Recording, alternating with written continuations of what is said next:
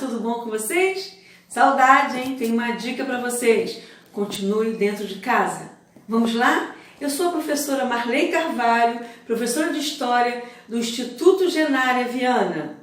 E hoje eu estou falando com meus alunos do 8º ano, turmas 800 e 801.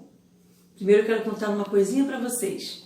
Bom, em 2017, houve várias manifestações de grupos de extrema-direita nos Estados Unidos, defendendo ideias racistas e ações contrárias às pessoas negras e imigrantes. Bom, esses acontecimentos mostram que o racismo tem força na sociedade norte-americana, onde conflitos dessa natureza vamos remontar esses conflitos ao período da colonização. Bom, vamos então falar hoje sobre Estados Unidos, independência e guerra civil. Antes, vamos falar sobre a colonização inglesa na América. Tivemos dois modelos. As colônias do norte e a do centro, que tem um modelo de colônia de povoamento, com propriedades privadas, desenvolveram uma economia voltada para o abastecimento interno, baseada no trabalho familiar e em pequenas propriedades rurais. Já nas colônias do sul, o solo e o clima eram propícios para a agricultura de exportação.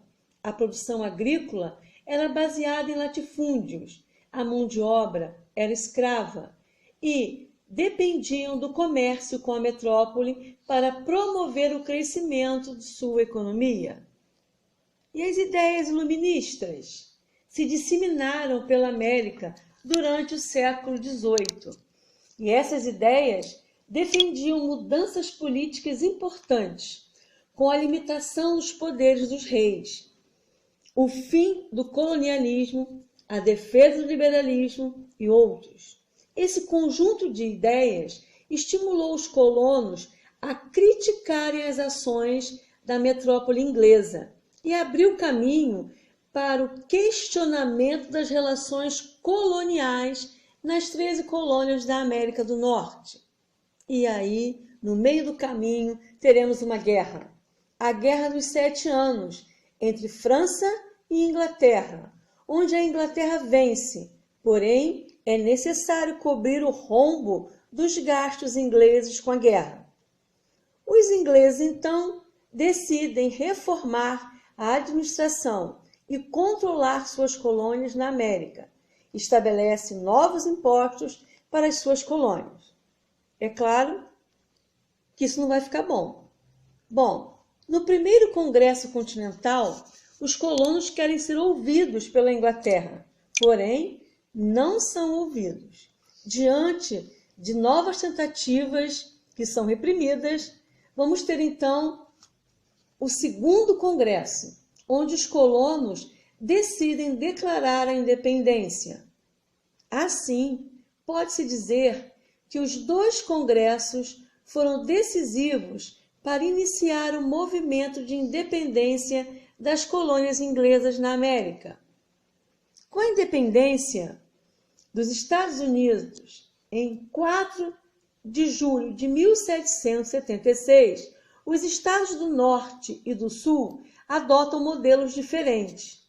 Enquanto o Norte adotou um modelo baseado na industrialização de sua economia, o Sul seguiu utilizando o trabalho escravo. O problema é que, para o desenvolvimento do Norte, era importante promover a abolição da escravidão e garantir que todos os Estados Unidos passassem a utilizar a mão de obra livre. Isso fez com que tivessem interesses contraditórios, o que criou então uma tensão política no país. A extensão territorial agravou então essa questão, já que novos estados afetaram o equilíbrio entre o Norte e o Sul. Isso explica a Guerra Civil nos Estados Unidos. A Guerra de Secessão durou 4 anos e acabou após a vitória dos estados do Norte. Assim, os Estados Unidos não se fragmentaram e a escravidão foi abolida em todo o seu território. Mas a abolição não foi acompanhada por medidas sociais. Grande parte da população negra passou a viver em situação de pobreza, desigualdade social